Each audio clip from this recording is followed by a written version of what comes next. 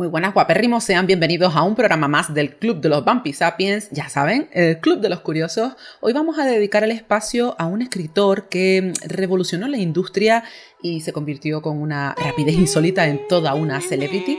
Pero antes de sumergirnos en su historia, me parece que tendremos que darle paso a Agapito, que ya está llamando. Hola, secretario. Hola, señora, ¿qué tal? Muy bien, ¿y tú? Tirando. Aunque no voy a ponerme a contar mis miserias en el canal. ¿Tus miserias?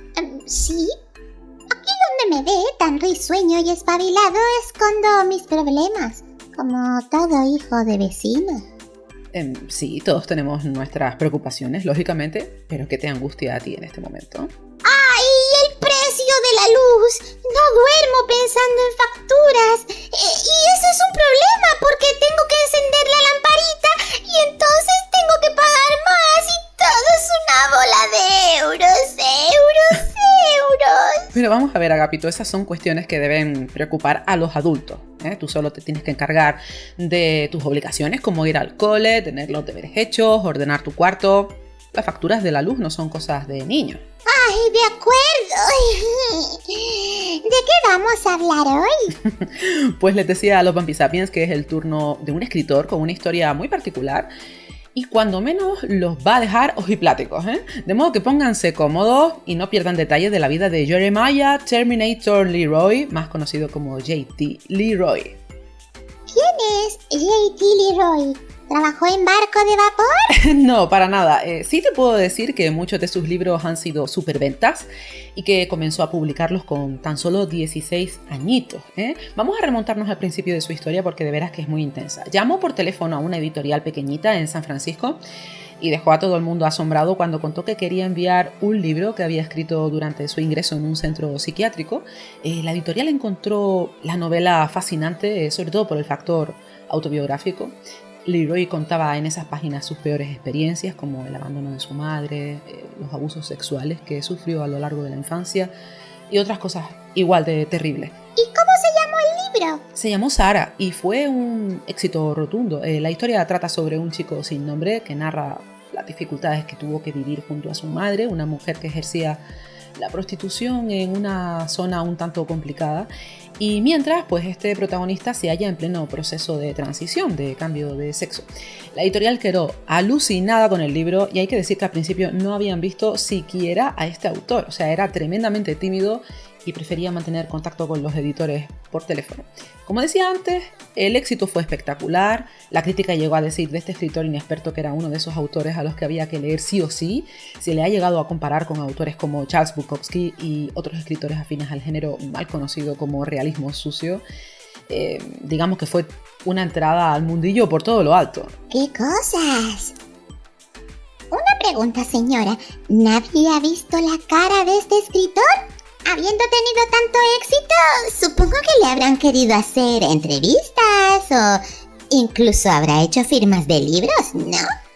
Sí, llegó un punto en que este autor no podía seguir escondiéndose, por más atractiva que fuera esta personalidad enigmática de cara a sus seguidores. Así que se vio obligado a dar la cara. Eso sí, no lo hizo de un modo convencional. Él quería proteger su identidad a toda costa, de modo que usaba pelucas y grandes gafas de sol en todas sus apariciones públicas. Hay que tener en cuenta que J.T. había tenido una vida muy difícil, arrastraba graves problemas emocionales y todo el mundo a su alrededor quiso respetar esa fragilidad suya, ¿no? De modo que nadie pues, puso impedimentos a la hora de comprender esta necesidad de limitar la exposición pública. Aparte de todo esto, sus discursos en esas ruedas de prensa y las lecturas en vivo, etc., eran casi hechizantes, ¿no? Quienes asistían a estas convenciones y seguían de cerca los trabajos de J.T. aseguraban estar ante un genio que había transformado sus terribles experiencias en éxito, ¿no? Además de servir de inspiración a otras personas que se hallaban en situaciones similares. ¿Cómo puede cambiar la vida de un momento a otro, verdad? Sí, muchos dirían que tuvo un golpe de suerte, desde luego. Quién sabe la clase de vida que habría tenido de no haber confiado en sí mismo para enviar ese manuscrito a la editorial. Pero por lo que se cuenta no se había librado de sus trastornos emocionales al 100%. Sus editores cuentan que a menudo les llamaba angustiado de noche, contando que había estado drogándose con desconocidos, teniendo relaciones sin protección. esa clase de cosas, ¿no? Además sufría profundas crisis depresivas, se dice que estaban íntimamente ligadas a sus tratamientos hormonales y llegó a manifestar que padecía SIDA. Era difícil no sentir empatía hacia él, ¿no? Y fueron muchos los que quisieron ayudarle porque en el fondo seguía siendo ese muchacho abandonado que solo buscaba afecto, ¿no? Su relación con los lectores era casi un vínculo familiar, todos sentían esa proximidad con JT. Se podría decir que era parte fundamental de su obra también porque escribían parado en sus vivencias personales. Las historias tristes acercan a las personas. Sí, es posible. Aunque más que el drama de su vida, yo diría que el éxito de JT radicaba en la relación que establecía con sus seguidores, ¿no? En los libros él proporcionaba una dirección de correo electrónico para que quien quisiera pudiera ponerse en contacto con él y mantenía correspondencia con infinidad de ellos, ¿no? Eso ayudó bastante a que se generara mucho interés alrededor de su persona y no tardaron en surgir innumerables clubes de fans con hordas y hordas de seguidores incondicionales. El fenómeno fue tal que se empezaron a convocar lecturas en vivo en diferentes centros culturales y librerías de los Estados Unidos y para estas lecturas se contaba con celebridades del mundo literario, del cine, músicos, en fin. Fueron muchos los que quisieron apoyar a JT públicamente y subirse a su barco, digamos. ¿Qué celebridades? ¿Eran personas muy famosas? Pues sí, Nancy Sinatra, Lou Reed, Courtney Love, Winona Ryder, Michael Stipe de Rem, hasta la propia Madonna manifestó su admiración hacia el trabajo de JT. La actriz y directora Asia Argento decidió adaptar una de sus novelas al cine. La película se llamó El corazón es mentiroso y debió de ser algo sumamente impactante teniendo en cuenta lo tímido que era él, ¿no? Eso es lo que se deben estar preguntando ahora. Lo cierto es que JT empezó a asistir a estos eventos acompañado de una amiga porque todo esto comenzaba a ser muy intenso y complicado de gestionar para alguien de sus características. Esta amiga, llamada Speedy... ¿Como Speedy González? Sí. ¡Ándale! Perdón, continúe. Bueno, él cuenta que esta amiga lo sacó de las calles y adoptó un rol maternal con él, ¿no? De hecho, lo incluyó en su familia como un miembro más, de ahí que la considerara su mano derecha, alguien en quien depositar toda su confianza. Y ella estuvo a la altura, actuó como su agente personal, teniendo en cuenta que la carrera de JT lo condujo a hacer giras también por Europa y Japón. Estaríamos hablando de una agenda de lo más nutrida que, bueno, requería un enorme compromiso por su parte. Muy bien, todo parece sacado de un cuento con final feliz, pero ¿dónde está la trampa? La trampa. Ya nos conocemos, señora. Usted no da puntada sin hilo. Bueno, habrán visto en el título del vídeo que J.T. Leroy fue el escritor que engañó al mundo. Y cuando les cuente qué hizo, van a encajar todas las piezas. 6 años después de la salida de su primer libro, se empezaron a cuestionar ciertos segmentos de la vida personal del autor.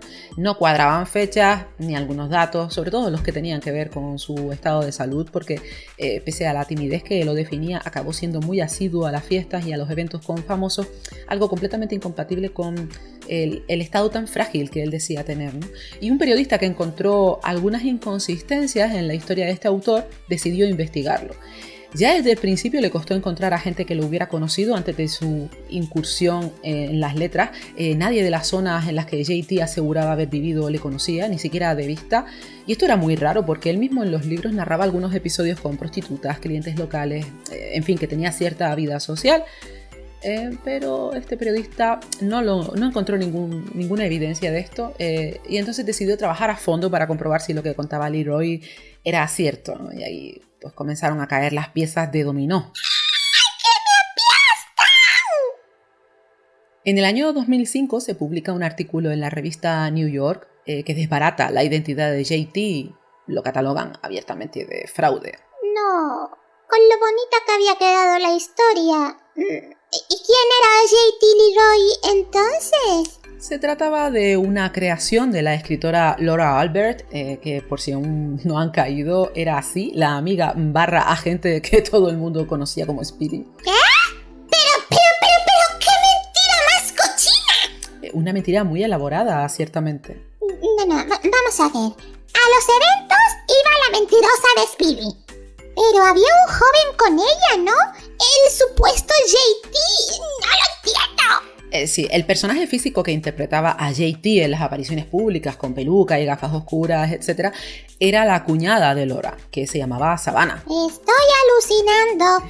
Sí, esta muchacha tenía 18 años cuando empezó a colaborar en la farsa y se cuenta que Laura y su esposo, el hermano de Savannah, se aprovecharon en parte de la personalidad un tanto maleable que tenía por entonces. Uy, sí, claro, pero mientras tanto ella iba a las fiestas y salía con los famosos, viviendo a todo trapo. Menuda decepción debieron de llevarse los fans. Sí, y además también fue un ejemplo de lo fácil que se manipula a la masa en ciertos ambientes, ¿no? Pero evidentemente para mucha gente que había tomado el relato de JT como una inspiración para así superar sus conflictos y trastornos personales fue demoledor, ¿no? Se sintieron muy estafados por esta escritora. ¡Madre mía, qué escándalo! Y la cosa no quedó ahí, porque cuando ya todo el mundo sabía del engaño, Laura Albert se encontró con algunos problemas en el ámbito judicial. ¿Qué pasó? ¿La metieron en la cárcel? No llegó la sangre al río. La denuncia la realizó una productora que había adquirido los derechos para hacer una peli basada en la primera novela escrita con este seudónimo y se acusó a Laura de fraude. Evidentemente la causa no llegó a nada porque la autora defendió en todo momento que ella estaba en su derecho de utilizar un seudónimo y vender su creación con la identidad que considerara oportuna, ¿no? En ese juicio se mencionaron cosas como marketing, libertad creativa, en fin. Y con todo esto se abrió un debate social que pretendía poner límites en el campo literario y artístico, ¿no? En general. La sociedad se dividió a este respecto. Mucha gente condenaba a la escritora por haber utilizado temas tan sensibles para hacer negocio y otros entendían que eso formaba parte de la obra, ¿no? Que ella se había limitado a elaborar una historia que a fin de cuentas es a lo que se dedican los escritores de ficción. La propia Albert dijo que una metáfora no era lo mismo que un engaño. De hecho, acabó contando públicamente que sí había ciertas condiciones reales en su relato, que había padecido una infancia muy dura. Y esto sí que se pudo comprobar. Por lo visto, Laura Albert ya jugaba con su identidad desde edades muy tempranas, solía hacerse pasar por otras personas en su juventud y hasta trabajó en una línea erótica atendiendo llamadas. Se le daba muy bien eso de impostar la voz y crear personajes sobre la marcha. ¿Qué es una línea erótica? ¿Ustedes qué piensan? ¿Creen que existen límites en el plano artístico? ¿Que se deberían respetar ciertas barreras a la hora de crear identidades o alter egos de cara a vender un producto? ¿O consideran que esta autora estaba en su pleno derecho de proyectarse como le vinieran ganas? Díganmelo en comentarios que me interesa mucho su opinión. Agapito, ya hemos llegado al final. ¿Ya? Y yo que quería lanzarle alguna de las preguntas de los seguidores. ¿Sabes que también nos han llegado preguntas de los seguidores del programa para ti? ¿Qué? ¿En serio? ¿Soy famoso? Eso parece. ¿Quieres responder alguna? Un momento. ¿Son preguntas de mi vida privada? No, bueno, creo que no. Me reservo el derecho de no responder si creo que la cosa se va de madre, ¿vale? Vale, me parece bien. Mira, la primera pregunta la envía Yeyuela. ¿Cuántos años tienes, vampirito? Ay, vea a lo que me refiero. La gente solo quiere saber cosas íntimas. ¿La edad te parece algo íntimo? ¡Por supuesto! Bueno, pero podrías responder, no sé, por educación al menos, aunque no digas la cifra exacta. Vale, tengo entre 0 y 100 años. Está bien. La siguiente pregunta, bueno, son varias en realidad, las hace Naviru Short, ¿no? Mi compi de letras. La primera, ¿cuál es tu especie de mosquito favorita? Los que vuelan. Pero todos los mosquitos vuelan, ¿no? Pues ahí tiene la respuesta. ¿Por qué tu piel es lila? ¿Qué pasa, Naviru Shorno? ¿Eres racista? Pero Agapito, ¿podría ser un poco más amable? Somos rojos, somos verdes, somos negros y amarillos. Somos todos diferentes y estamos muy unidos. Vale, seguimos con las preguntas de Navi. Si te pones un día malito, ¿tu primo cubrirá tu baja? ¿Qué locura es esa? ¿Acaso quiere que el programa se vaya a pique?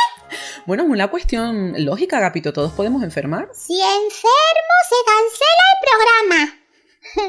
Facundito dice. Ay, antes llueven elefantes. ¿Lo ha pillado, señora? Cuando lluevan elefante. Y la última pregunta de Navi. ¿Qué piensas de la caca? ¿En serio? Navirushorno, querido. ¿Es que tú no ves el programa? ¡La caca es mi mundo! Bueno, vamos a despedirnos por hoy y por supuesto quedan invitados a enviarnos más preguntas para Agapito, que como ven no tiene pelos en la lengua. Ni que fuera yo un gato. ¿Quieres despedirte de los Vampi Sapiens? Adiós, guarrepimos. Nos vemos el viernes que viene. Doy por sentado que ya están suscritos y que han dado like al vídeo. Y si no, ¿a qué están esperando? Hasta luego, Vampi Sapiens.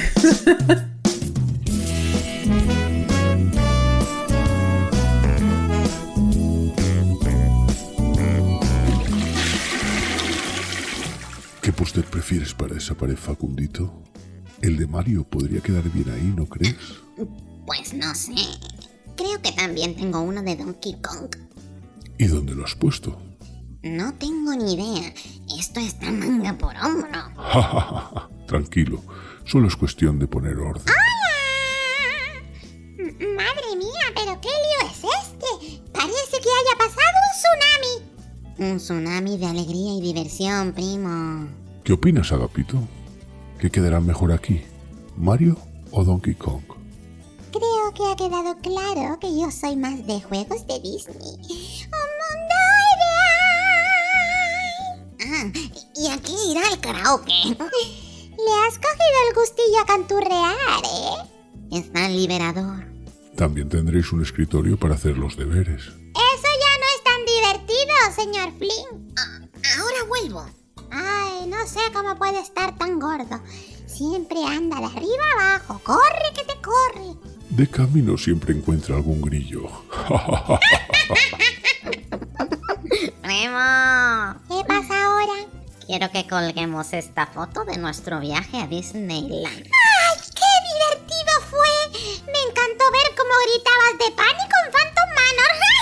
No seas así, Agapito. Oh no, si tienes razón. Casi me da un infarto.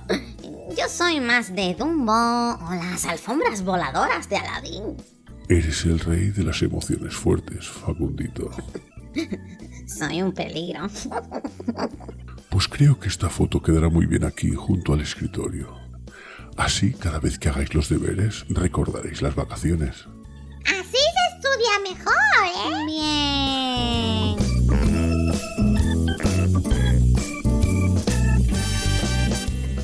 ¿Sigues ahí, Vampi Sapiens? Suscríbete y dale a la campanita. El poder de Agapito, o sea, mi poder, te obliga.